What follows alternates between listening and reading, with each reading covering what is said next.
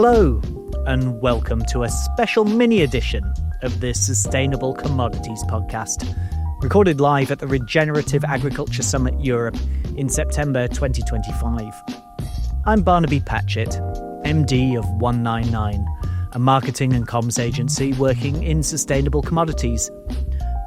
The following interview is part of a series of short conversations recorded with experts from across the supply chain during the event.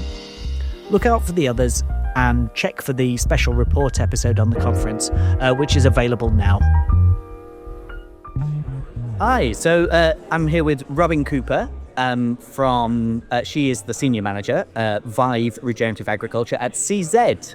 Welcome to the Sustainable Commodities podcast. Hi, Barnaby. Thank you so much for having me. It's a pleasure to join you today. Great. Well, tell me a bit about yourself and also about CZ and what you do. Awesome. Yeah. So actually, I've been in the sector for about 12 years now.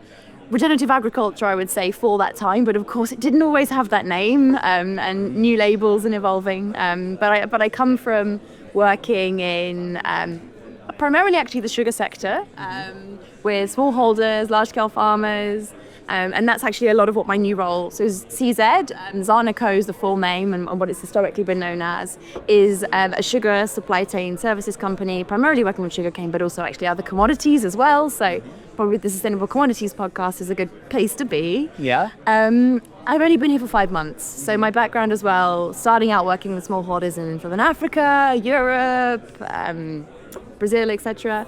I was at Side Platform for 3 years as well, so I was working very closely with all the other big brands that you'll hopefully know and maybe speak to on building out what does Regen Ag look like for the sector, the global framework for regenerative agriculture, regenerating together. And now I'm figuring out what it looks like in the sugar sector. So that's what my new job's all about. Great. And what are the big challenges in sugar then when it comes to Regen Ag? So sugar beet, sugar cane, they're grown globally. And I think the reality with all crops and commodities, and I think it's really hitting home, is it's super context specific, right? And you can't generalize too much. And that's what I think is the beauty of Regen Ag. It's the outcome focused piece and context specific, which ultimately gives a bit more of the voice back to the farmer, to actually say, well, what makes sense in your context? What's working? What do you already know? Bringing back indigenous knowledges, etc. But in sugar, I think some of the bigger challenges, it's the environment piece combined with the livelihoods and social aspects, which I think in Regen Ag hasn't been... I think there's a recognition that they need to coincide and we need a holistic outlook on it, but it hasn't been cracked yet. No, I think, speaking to some of the farmers here today and yesterday, I think that's definitely come through. Finance has been a big topic for them, and access and the kind of timescales between, the transformation period and whether they can actually get all of the money and at the terms required has been a big challenge that we've heard a lot about. I guess for someone who is sourcing and getting hold of sugar, you've got to get it at a certain price. So there's always that challenge. How would you kind of navigate that? Good question. Part of the reason I took this job was, one of the questions I had was, how do we actually build sustainable supply chains that are commercially viable, right? I mean, it's as simple as that. And what I was really hooked on by the Vive program in CZ is kind of this supply chain first model. So what on earth does that mean? It's basically figuring out for the clients that we have the right spec, the right volumes, the right time, etc. And it's got to be sustainable too. Okay, so there's the remit. But that's what Vive is entirely built around. So because of where we sit in the supply chain, we're pretty embedded from like the farm level all the way through to, I guess, the end, kind of the brands that are buying. And so we know where it needs to come from, specs, etc., timings. We've got a really good oversight of the global structure, effectively, of kind of what's happening. And so with that insight, what we're then able to overlay is, okay, where can we get you sustainable supply? And by looking at the sustainability piece in the context of procurement and operations and whatnot, we can kind of package it in a way more holistically. So that's where the starting point is. It's supply chain focused, and then looking, right, which farms do we have the long-term relationships with? Because CZ is very much about long-term relationships. that we're working with. So we have Vive suppliers in Brazil, in Thailand, kind of actually in South Africa, and kind of all the major regions globally. And then what we can do is work with them to ultimately get something that's produced more sustainably on the ground. And we can get into maybe what that means in a moment. That we can then track through and trace all the way through to then our clients that need it. So that traceability obviously is really important, because that's what your customers at that end demand. They need that. How does that work when you've got things like you? I know you're probably working with farms of all different sizes. Is that correct? 100%, yeah. How does that work with smallholders? Yeah, so different sectors are structured very differently, and I guess when you're thinking about the way that the sugar supply is structured, it's really down to the processing component. So like you can't go from sugar beet or sugar cane straight to the product without a processor in between. Different countries have more cooperative structures where you've got that kind of the aggregator perspective. And so we work really closely with the aggregator, the primary processor. And my kind of ethos is you work with the existing governance structures and systems. And so that's how we really engage and connect with the farmers, right? It's understanding the processor themselves, generally understand their farmers pretty well. I come from that background, so I used to work in a processor in South Africa. Right. So every context is different, but I have walked the walk, so to speak. Yeah.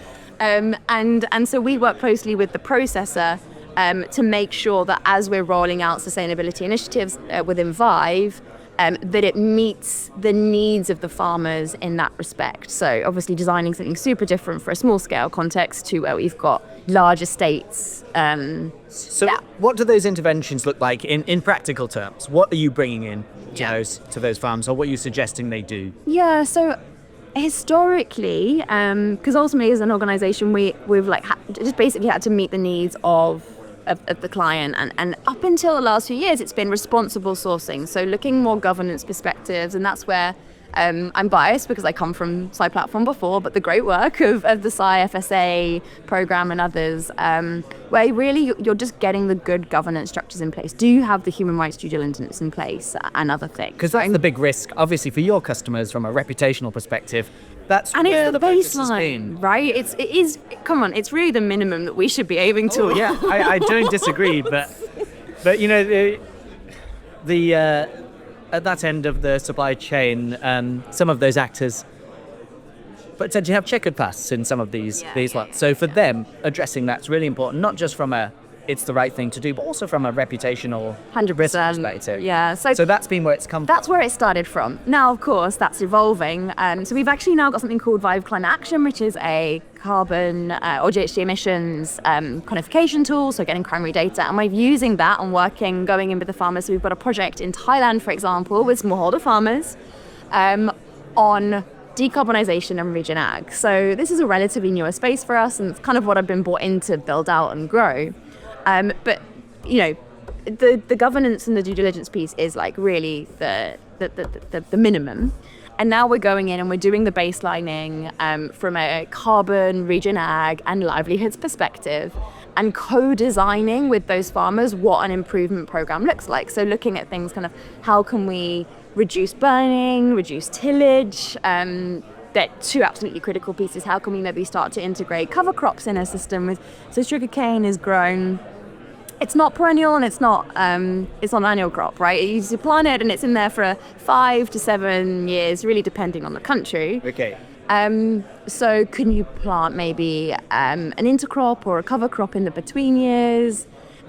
It's going in and we're doing all of those processes, but the point is it's not coming and dictating it needs to be a certain way. It's figuring out what makes sense for this entity, for these farmers, what's financially viable, and co-designing it together. Because in sugar, there isn't one size fits all if you're going in different in regions. any commodity, right? Yeah. Well, yeah, I mean, I guess in some, where they're a bit more specific, the tropical kind of ones where you've got at least some shared conditions you might. But yeah, in sugar, where you've got two different crops to start with, I guess you've got a much bigger challenge over hand with that. And the thing that I'm now figuring out as well, so I think across the sector, the carbon mandate's pretty big now, and people really are beginning to put their money where their mouth is, right? And saying, right, we're going to pay for decarbonisation interventions. And in the sugar context, there has been some good research on what regen ag looks like in sugarcane and sugar beet. I mean, sugar beet is part of the rotation with the other wheat, barley, etc., where a lot more research across Europe and North America has happened. But across tropical, subtropical regions, there has been less of a focus and less research. So I'm really keen to build out the narrative and more of a spotlight on what does regen ag look like in the global majority regions. Yeah. And the challenge is kind of financially speaking, how do we make regen ag work through the carbon lens that our clients are asking for? So tying it to their existing priorities to some degree. Yeah. That's the best way. I guess just one last kind of point. I think we talked about the kind of broadness of regen ag as a church. It can be so many different things. That's both a challenge and an opportunity, I guess. Right. So you've got one of the risks, I would think, would be that you can pretty much do anything and be claiming that you might be doing something to it, because you can measure, I'm intercropping a bit, so we're regen ag focused. How do you kind of get over that? Oh my gosh. Yeah, it's a very good question. The thing that my mantra inside was sort of, how do we build a system that is scientifically robust enough and feasible and pragmatic and practical at the same time? There's a lot of different priorities. It is, that's such a sweet spot to hit. So I think that was with the framework that we designed, and that I'm now I'm in CZ basically interpreting kind of what we did at Sci in, the practical context. Because Vive is a framework. Vive is a framework itself, which is based on Sci and on other kind of clients' internal framework, so to speak. And effectively, I guess where it comes in the work that Sci did on the Regenerating Together program and framework, it's building out a process that makes it context specific. So you go in and first do the context analysis to understand, right, what are the main outcomes to focus on? And that bit's key. And that's the key bit to make sure it's not then kind of a greenwashing thing of being like, but we want to try this practice because it's easy and it's our pet project where it makes sense, right? The context analysis is going in and being like, but what is the biggest risk in your context and what makes sense to focus on? Yeah. And if you've got the right experts coming to the table in that discussion, that's kind of the piece that you want to build the robustness around. And then with the experts, with the farmers, saying, right, what are the outcomes? What are the indicators we need to work on? And therefore, what practices do we look at implementing and monitoring? Fair enough. So it's all about getting that context analysis right and understand and right-sizing it. But we're going to have challenges. Is that the stage you're at the moment? So you're at that kind of baselining, you're at that stage where you're kind of implementing things. But in terms of impact, I guess that's going to come down the road a little bit. Yeah, and I'd say that's kind of a sector-wide thing that we're seeing. And I don't know about you, but one of the good things I've heard the last 2 days is there are more examples of these multi-stakeholder partnerships that are really emerging. There was a really good one yesterday where they talked about it from with 3 multinationals, doing some nice kind of rotation. So they're each taking different ingredients from a rotational sort of cropping thing. That collaboration between big corporates who might be competing with each other on certain markets. It's nice to see. It'd be interesting to see how that scales. Yeah, and they are at the earlier stages still, aren't they? So we've got a good few years of trialing and testing, getting the data to be able to make the claims in the longer run around, well, what does it really mean to be regen ag engaged versus advancing? And to say you're advancing in regen ag, you need to show that you're actually tracking the improvement towards those outcomes over time. So Barnaby, let's stay close let's keep each other accountable and see what we can do. Great. All right, well, thank you very much for your time, Robyn. That was great. And where can people go to find out more about your work? I would say find me on LinkedIn, Robyn Cooper, and zarnico.com, the website as well, and the Vive program, Vive. I think that's probably the best places, but reach out, we're open to chat. Great, thank you very much. Thanks for listening. Please leave us a review, subscribe, and make sure you listen to the other episodes in this Regenerative Agriculture Summit series. Thanks.